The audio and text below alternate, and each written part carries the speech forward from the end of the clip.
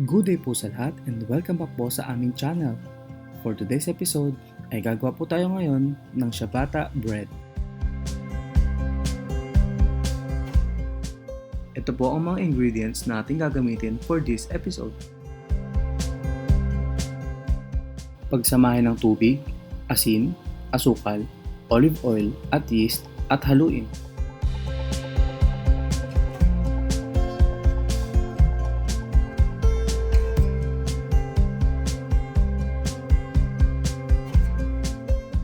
Pagkatapos ay ihalo natin ang harina. Haluin ito hanggang mabuo ang inyong dough.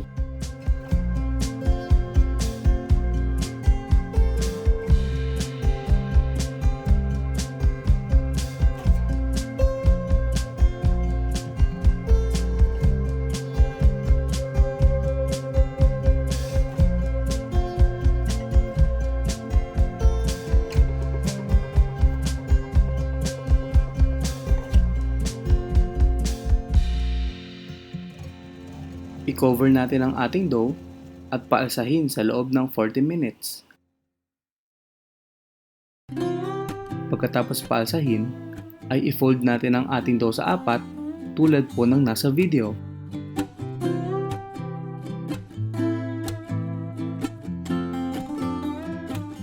Basain ng kaunting tubig ang ating kamay upang maiwasan natin ang masyadong paninikip ng ating dough.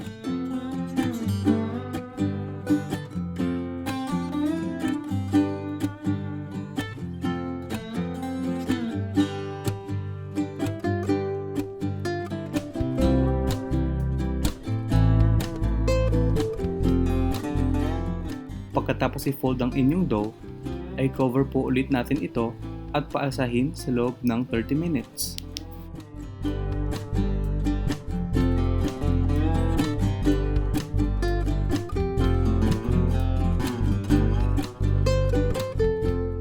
Gawin ang prosesong ito ng 3 beses.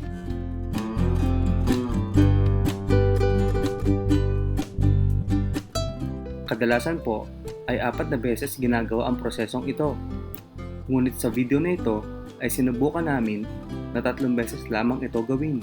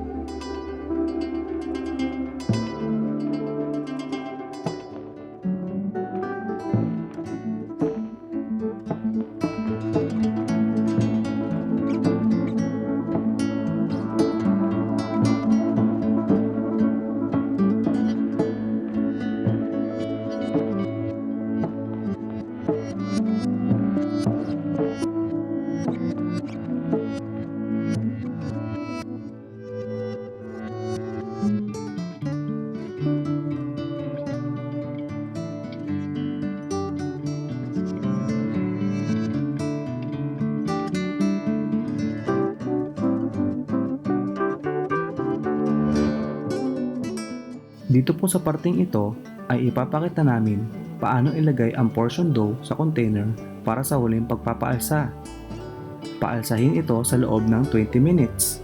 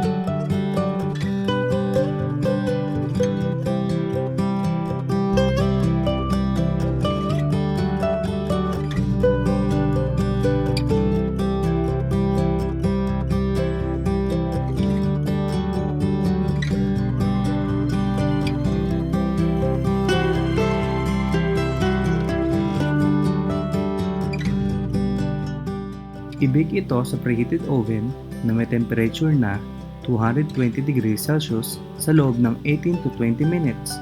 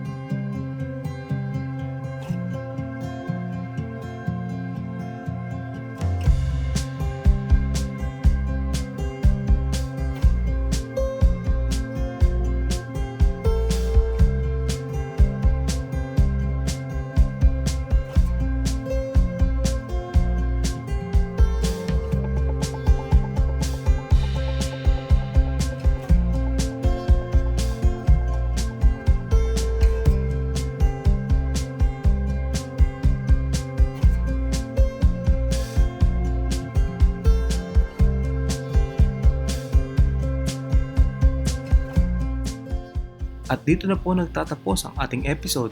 Sana po ay nag-enjoy at may natutunan po kayo sa video na ito. Comment down below para po sa inyong mga feedbacks and suggestions. At huwag niyo po sana kalimutan mag-like, share, at mag-subscribe po kayo sa aming channel. Maraming salamat!